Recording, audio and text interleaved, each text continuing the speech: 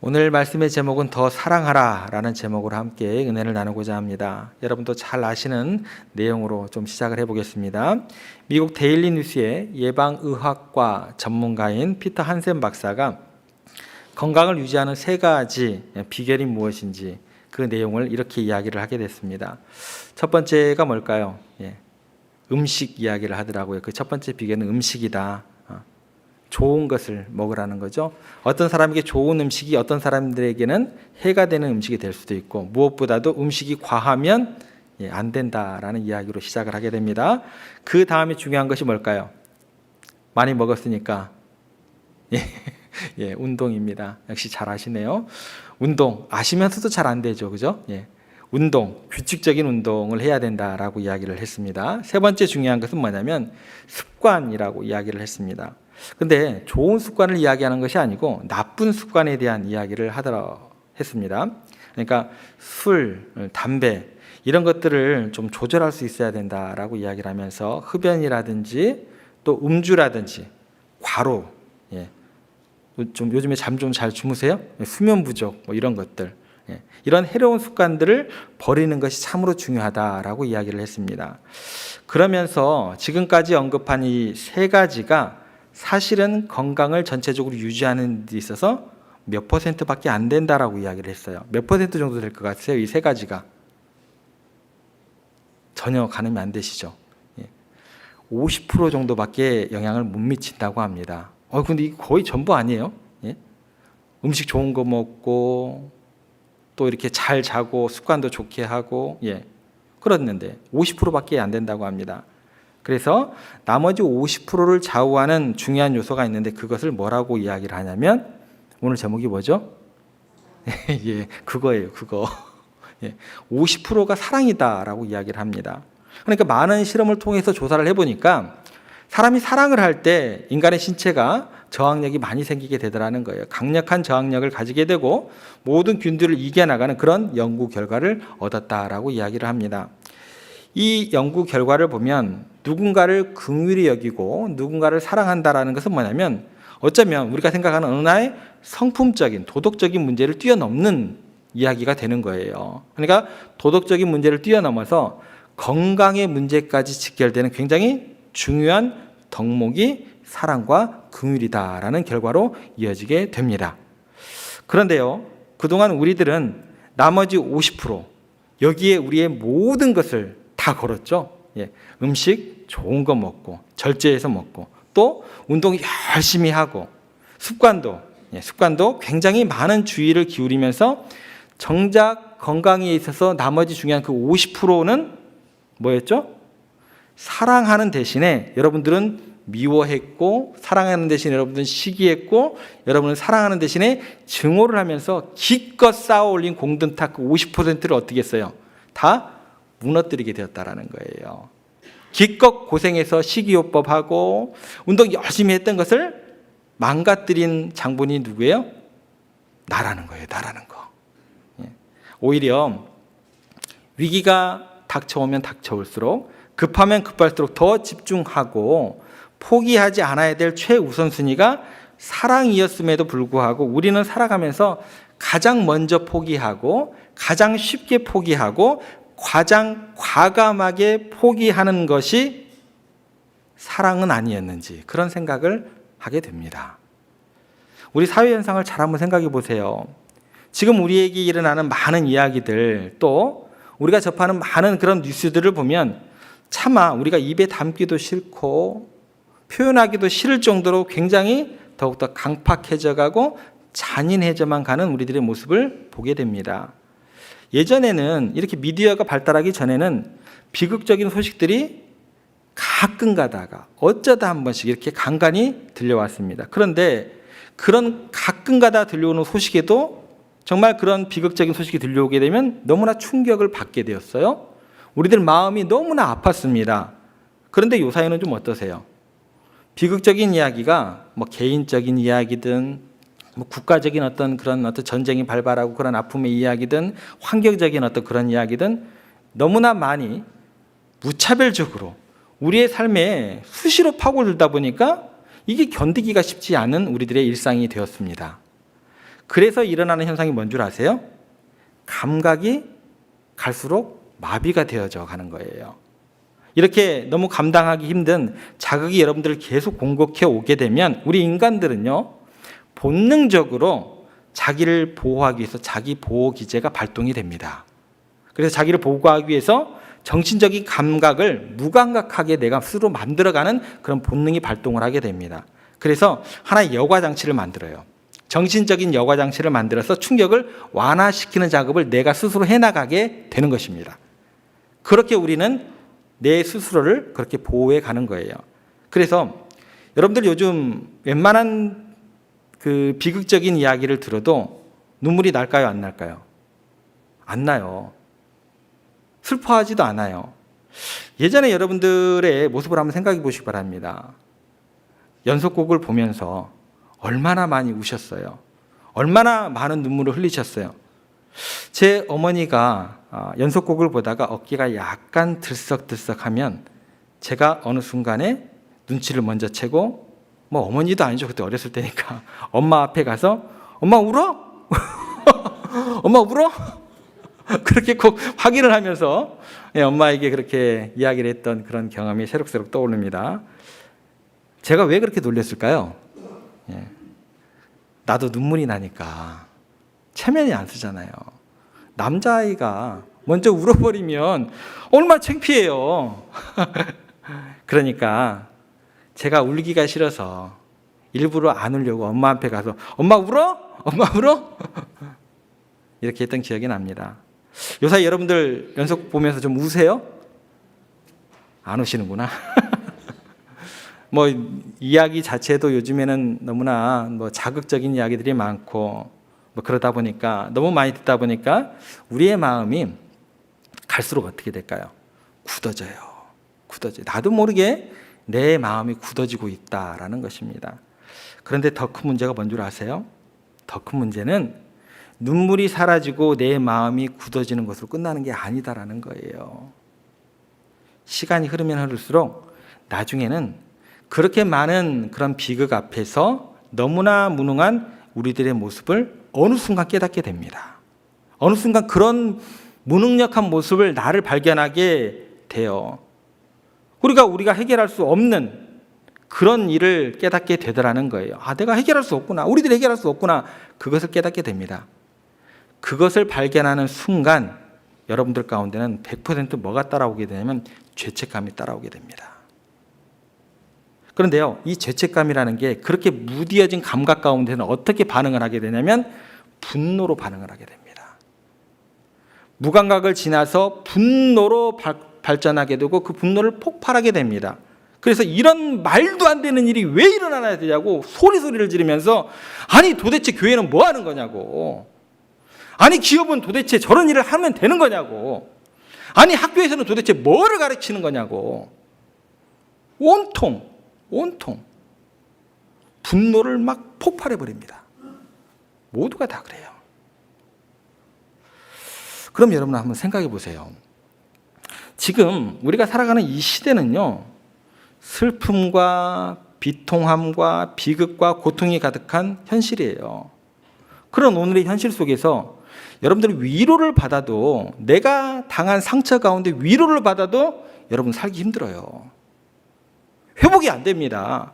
위로가 주어져도, 위로를 받아도 살기가 힘든 오늘의 모습인데, 무감각해지고 오히려 분노를 바란다고 한다면, 그런 가정이 되고 그런 교회가 된다고 한다면, 그런 사회가 된다고 한다면 사람들은요, 어디를 가서 위로를 받아야 돼요? 어디서 가서 그런 것들을 위로를 받고 치유하고 회복이 되어야 될까요? 그래서 문제가 심각해지는 거예요. 하나님께서 오늘 우리들에게 말씀하십니다. 사랑하라. 아니, 더 사랑하라. 더 사랑하라. 위기 속에서 그리스도인들의 사랑만이 이 시대를 치유할 수 있는 힘이 되는 것이고 그것밖에 없다라고 말씀해 주십니다. 오늘 본문은요, 우리가 지난 시간에 살펴봤던 그 사건 바로 이후의 이야기들입니다. 모든 백성들이 울 기력이 없을 때까지 하염없이 울었어요. 모든 사람들의 마음은 그 순간 얼음처럼 차가워져 있었어요. 그 순간 그들은 분노가 폭발하기 시작합니다. 그 분노 때문에 그들은 돌멩이를 집어들고 다윗을 향해서 진격하고 있어요. 다윗 죽이겠다라는 거예요. 분노가 폭발했습니다. 그런데요, 사랑에 기인한 다윗의 행동이 그들 가운데 빛처럼 다가오게 됩니다. 그리고 그들에게 있었던 어두움을 물리치고 그들의 마음 가운데 가득했던 그 냉기를 녹이면서 다시금 일어서서 승리의 기쁨을 창조하는 기적으로 연결이 됩니다. 오늘 본문에 나오는 기적을 일으킨 그 다윗의 사랑을 좀 우리가 생각해 봐야겠습니다. 그 사랑을 보면서 우리가 왜 더 사랑해야 되는가, 그 이유에 대해서 함께 생각해 보겠습니다. 더 사랑해야 되는 그 첫 번째 이유는 사랑이라는 것이요, 가장 시급한 일이기 때문에 다윗은 달려갔습니다. 우리 가운데도 그런 모습들이 나와야 된다는 거예요. 심지어 위기의 한복판에 있다 할지라도 가장 먼저 집중해야 될 일, 가장 먼저 선행되어야 될 일이 다윗에게 있어서는 사랑이었다라고 하나님은 우리들에게 보여주고 계십니다. 그런데요, 사람들은요, 일반적으로 긍휼이나 사랑이라는 것을 굉장히 긍정적으로 받아들입니다. 좋은 이미지를 가지고 있어요. 그러면서 나는 누군가를 사랑을 하고 있고 긍휼히 여긴다고 나 자신을 스스로 굉장히 당연하게 받아들여요. 그렇게 생각을 하게 되더라는 거예요. 왜냐하면 사람은요, 본능적으로 고통을 보면 동정심이 생기는 게 자연스러워요. 불쌍히 여기는 마음이 당연히 따라오게 되어 있기 때문에 그렇습니다. 그런데요, 이 마음을 한결같이 유지하는 게 쉬울까요, 어려울까요? 이게 쉽지가 않더라는 거예요. 나는 사랑이 많은 사람이야, 긍휼이 많은 사람이야, 한결같지 않아요. 사랑, 긍휼을 어느 순간에 내팽개칠 수 있는 사람이에요. 그게 저라는 사람의 존재들이다라는 거예요. 한결같이 유지되기가 쉽지 않습니다. 이게 어느 때만 가능한 줄 아세요? 내가 기쁠 때, 내가 평안할 때, 내가 넉넉할 때, 그때만 가능한 이 얘기예요. 오늘 본문에 나오는 다윗처럼 정말 위기에 몰렸을 때, 내가 너무너무나 힘이 들 때, 사람들이 나를 돌로 들어서 쳐서 죽이려고 할 때, 사람들이 나를 오해하고 있을 때, 그럴 때도 다른 사람을 향해서 또 원수들을 향해서 긍휼히 여길 수 있을까요? 내 마음의 그 사랑과 긍휼의 마음을, 그 감정을 유지할 수 있을까요? 굉장히 어려운 문제다라는 것입니다. 그런데요, 이런 위기 속에서 정말 사랑을 내가 유지할 수 있다고 한다면, 사랑을 베풀 수 있다고 한다면 그 사람은 진짜 사랑의 사람입니다. 그 사람은 진짜 하나님의 사람인 것입니다. 다윗의 일행이 사로잡혀간 자기들의 가족을 구하기 위해서 달려가는 것은 한시가 급한 상황이에요. 그들의 생각과 마음 가운데 그들의 눈앞에 아른거리는 사람이 누구였을까요? 내 가족, 내 자녀들, 보이는 것이 그들밖에 없는 그런 시간이었다라는 거예요. 그 달려가는 길이 얼마나 급했던지 600명이 막 달려가다가 200명이 지쳐버렸어요. 그 사람이 낙오될 정도로 그렇게 긴박한 모습을 우리에게 보여주고 있습니다. 시간은 없죠. 마음은 급하죠. 그들을 기다릴 수가 있어요, 없어요? 그들을 기다리지 못하고 계속해서 달려가는 긴박한 상황이다라는 것입니다. 그런데요, 그 순간 굉장히 놀라운 장면이 우리들에게 펼쳐지게 됩니다. 그들이 달려가다가 그 길에서 쓰러져 죽어가고 있는 소년 하나를 발견하게 됩니다. 여러분들 생각해 보세요. 지금 자기의 가족들이 사로잡혀갔고 지금 막 한시가 급해요. 근데 길거리 쓰러지고 있는, 죽어가고 있는지 없는지도 모르겠고 그렇게 전쟁에서 죽어가고 있는 소년이 그들의 눈에 들어올까요? 들어올 리가 없죠. 지금 자기 가족들 구하러 달려가기도 바쁜데, 그래서 200명 그냥 놔두고 가는데 이 소년에게 신경 쓸 틈이 있을까? 없다라는 거예요. 그런데요, 놀랍게 멈춰버립니다. 그리고 이 아이 한 명을 살리기 위해서 집중을 하게 됩니다. 물도 주고 포도송이도 주고 떡을 주고 치료를 해줍니다. 가족을 구하러 가는 다윗과 그의 일행의 모습을 보면 치열한 경쟁 사회 속에서 분초를 다투면서 쫓기는 우리들의 모습을 보는 것 같습니다. 지난 한 주간 분초를 다투시면서 얼마나 분주한 삶을 살다가 오늘 이 자리에 오셨습니까? 우리는 너무너무나 바빠요. 그렇게 바쁘게 살아가는 우리들은 이렇게 생각을 하게 됩니다. 내가 바빠서 그렇지. 내가 시간만 주어지면, 내게 여유만 생기면 사랑이나 긍휼을 넉넉히 나는 베풀 수 있는 그릇이 큰 사람이야. 나는 그렇게 할 거야. 라고 생각을 합니다. 그래서 이렇게 바쁜 시간에는 내가 먼저 할 일이 있어. 절박한 순간에는 사랑이나 긍휼을 실천하는 일들은 조금은 얼마든지 뒤로 밀려나도 괜찮다라고 스스로 생각을 합니다. 그래서 만약에 긍휼을 베풀어야 되는 순간, 정말 사랑을 베풀어야 되는 그 순간에 딱 맞닥뜨리게 되면 나는 바쁘니까 그 핑계로 얼마든지 우리들 가운데 주어지는 양심의 가책을 내려놓고 가책을 느끼지 않고 긍휼을 베풀지 않을 수 있는 존재들이 우리들입니다. 그런데요, 이게 반복되다 보면 이게 아예 습성화되어 버립니다. 개인뿐만 아니라 교회도 마찬가지고 가정도 마찬가지고 모든 공동체가 이게 습성화되어 버려요. 그 이유가 뭔 줄 아세요? 그 이유가 뭘까요? 우리가 살아가는 세계는요, 우리의 중심적인 증거의 틀 자체가 사랑과 긍휼이 아니에요. 증거의 틀 자체가 뭔 줄 아세요? 경쟁입니다. 경쟁이에요. 그러면 이렇게 질문해 볼게요. 반대로 우리가 만들어 가야 하는 하나님 나라의 중심적인 증거의 틀은 뭘까요? 경쟁일까요? 경쟁이 아닙니다. 경쟁이 아니라 사랑과 긍휼이다라는 거예요. 그런데 이 땅에 발을 딛고 살아가는 우리들이 살아가는 세상의 증거의 틀 자체가 이게 아니에요. 경쟁이기 때문에, 경쟁이라는 이유만으로 모든 것이 합리화되는 세상이기 때문에 우리는요, 사랑을 베풀어야 될 그 순간에, 그때에 얼마든지 사랑과 긍휼을 뒤로 미루고 스스로 양심의 정죄함을 받지 않고 그냥 넘어갈 수 있는 자유를 취하더라는 거예요. 그 순간 우리에게는 그게 가정이 되었건 그게 교회가 되었건 그 가운데는 사랑 따위는 없습니다. 그 가운데는 긍휼 따위는 없습니다. 그 사회는요, 희망이 없는 거예요. 그 나라와 민족은 빛이 사라진 거예요. 그런데요, 오늘 다윗은 그렇지 않았어요.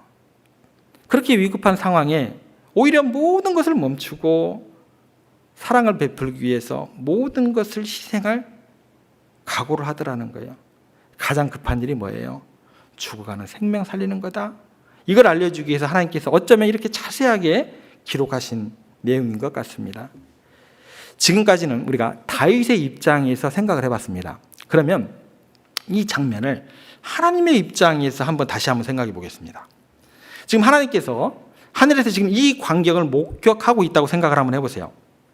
통곡하던 사람들이 어떻게 해서든 일어났어요. 자기 가족 구하겠다고 막 전령을 향해서 달려가게 됩니다. 3분의 1은 지쳐서 쓰러졌어요. 그들을 돌볼 시간도 없이 3분의 2가 시간에 쫓기다 보니까 막 계속해서 달려갑니다. 그런데 갑자기 앞에서 점처럼 희미한 사람의 모습이 보여요. 가까이 가니까 한 소년이에요. 쓰러져 있어요. 그 소년 하나를 발견하게 됩니다. 뭐야 하면서 가다가 다 발걸음을 멈추게 됩니다. 한두 명이 멈춰서게 되고 그 아이를 돌보는 장면으로 바뀌게 됩니다. 그 장면을 하나님께서 지금 목도하고 계십니다. 이 순간 하나님께서는 굉장히 마음을 졸이셨을 거예요. 과연 그 소년을 만났던 다시 지나갈까? 아니면 그를 돌볼까?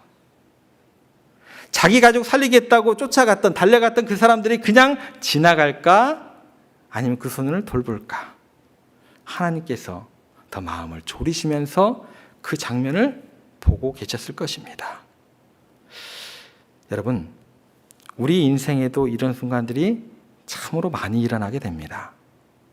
하나님께서 마음을 졸이시면서 과연 저 집사님이 저 장로님이, 저 목사님이, 저 교회가 어떻게 할까?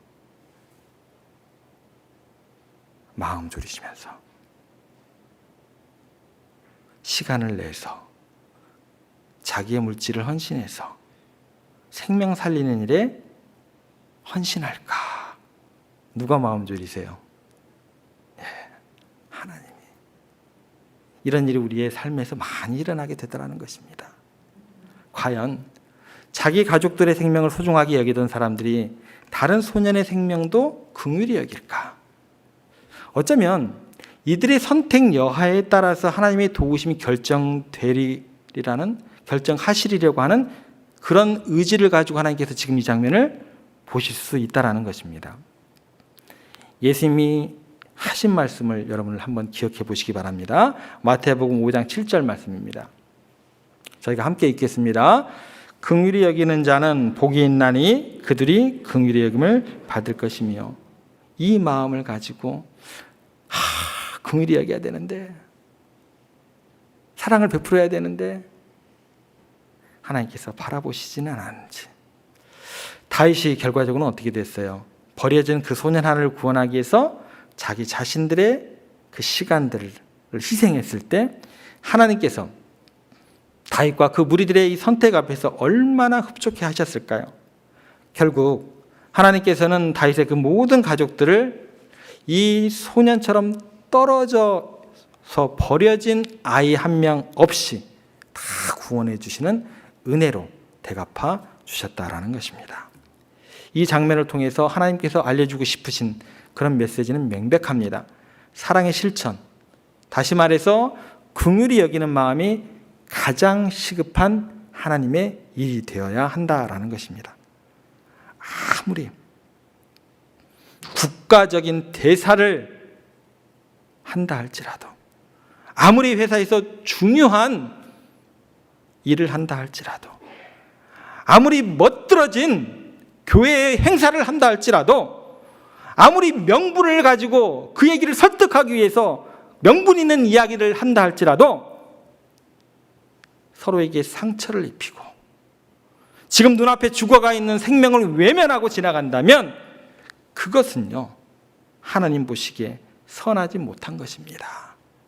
아니, 하나님의 마음을 저버리는 죄가 되는 것입니다.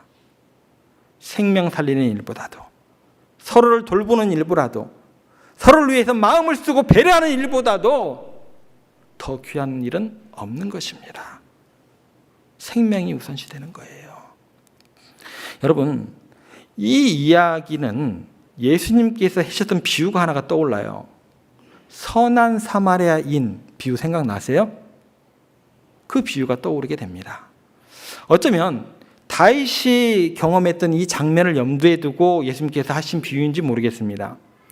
강도 만나서 죽어가는 사마리아 사람이 있었습니다. 그 사람을 레위인도 지나갔어요. 제사장도 지나갔어요. 다시 각색을 번역해서 설명을 드릴게요. 목사도 지나갔어요. 장로님도 지나갔어요. 권사님도 지나갔어요. 교회로 지나갔어요.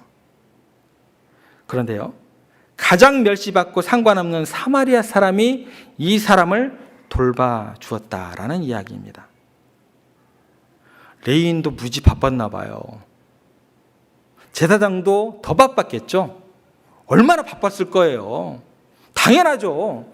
그런데 쓰러져 있는 강도 만나 있는 그 사마리아인 알보는 게 당연한 거 아니에요. 얼마나 바쁜데 제사장이. 당연한 거예요. 그잖아요. 그러나 그 모든 일보다도 우선해야 할 일이 있다고 한다면 그 사람 돌보아야 한다라는 거예요.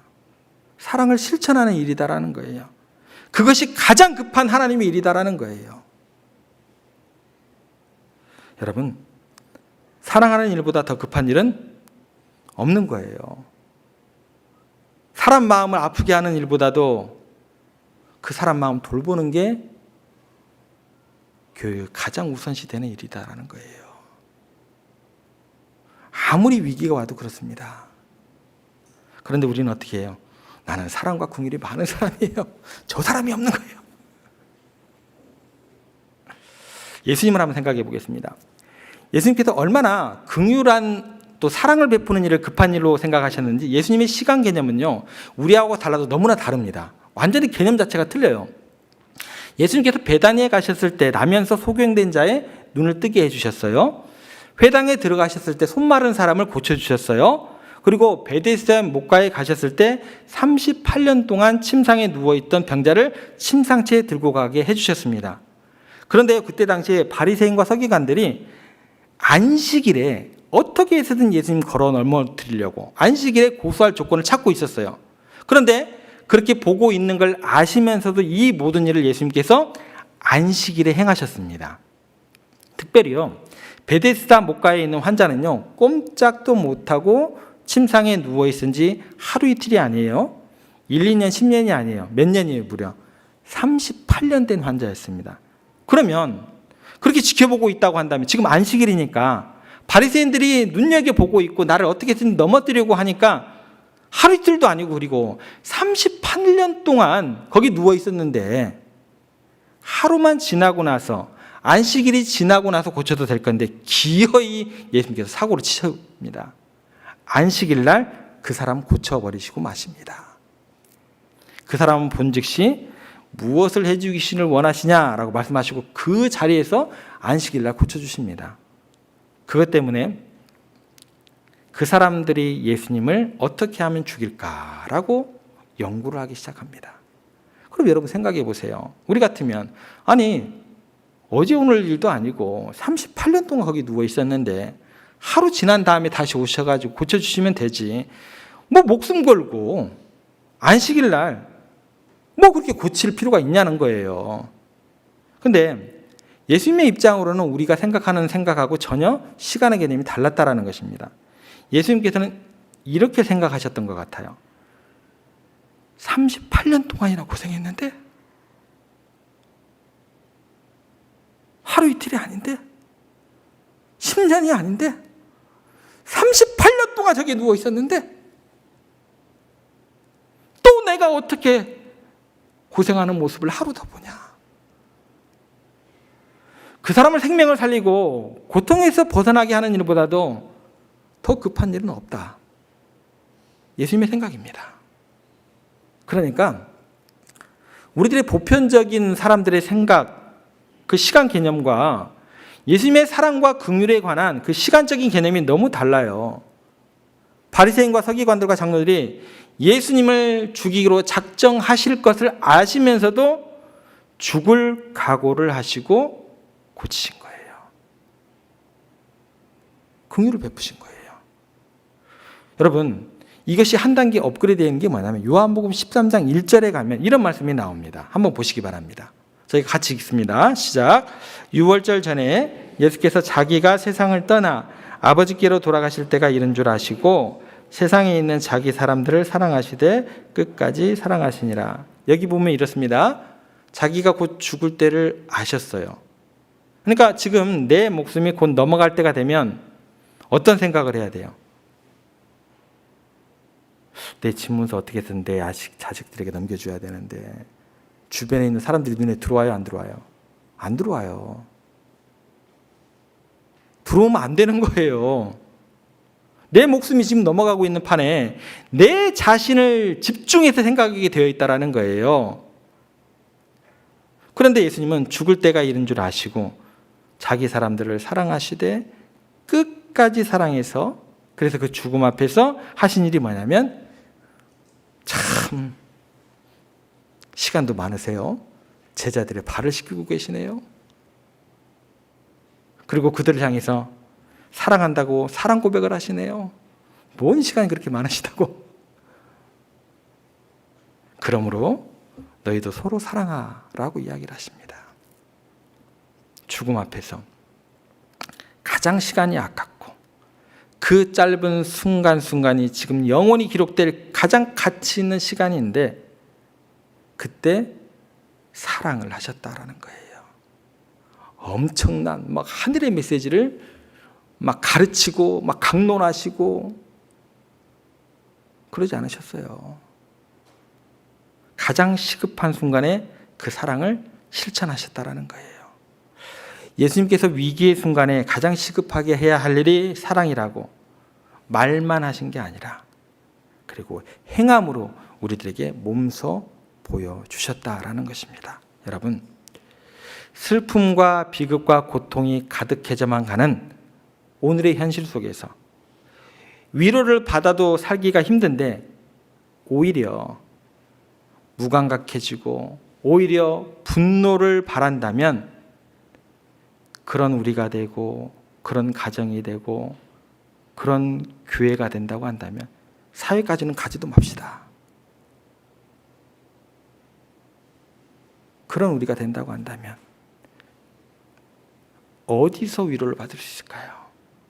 낭망하는 사람들이 가득한 때에 우리와 우리 교회와 우리 민족이 더욱 집중해야 할 일은 더 사랑하는 일이 되어야 할 것입니다. 긍휼히 여기는 마음이 되어야 할 것입니다.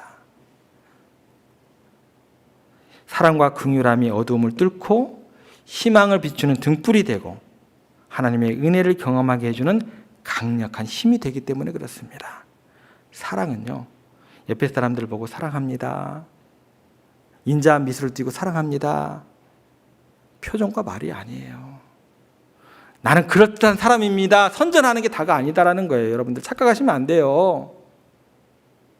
당신은 사랑받 이게 아니에요. 사랑은요, 단순한 감정적인 호소가 아닙니다. 긍휼히 여기고 용서하고 베풀며 희생하는 실천적인 행동. 사랑은요, 수고가 없으면 사랑이 아닌 것입니다. 사랑에 수고가 있어야 진정한 사랑이 되는 것입니다. 사랑과 긍휼은 정말 꽃 피우기 힘든 꽃이에요. 그런데 그래서 포기하기 쉬운 꽃이지만 우리가 꾸준히 결단하고 노력한다고 한다면 누구나 다 가꿀 수 있는 꽃이 사랑과 긍휼입니다. 왜일까요? 샤론의 꽃 예수, 누가 꽃이에요? 샤론의 꽃 예수님께서 보여주신 그 사랑으로 여러분들 마음 가운데 가득 채우세요. 그 사랑으로 하나가 되세요. 그리고 넘치는 그 사랑을 전하는 내가 되리라. 그렇게 결단하시기 바랍니다. 더 사랑함으로 더욱 아름답고 향기를 품고 그 향기를 내뿜는 그렇게 향긋하게 피어나시고 그렇게 함으로써 하나님이 기뻐하시고 성도들이 행복한 교회 되어서 하나님께 예비하신 더 크고 더 놀라운 하나님께서 새롭게 부어주시는 은혜를 경험하는 여러분들과 세종의 모든 가족들 되시기를 주님의 이름으로 축복합니다.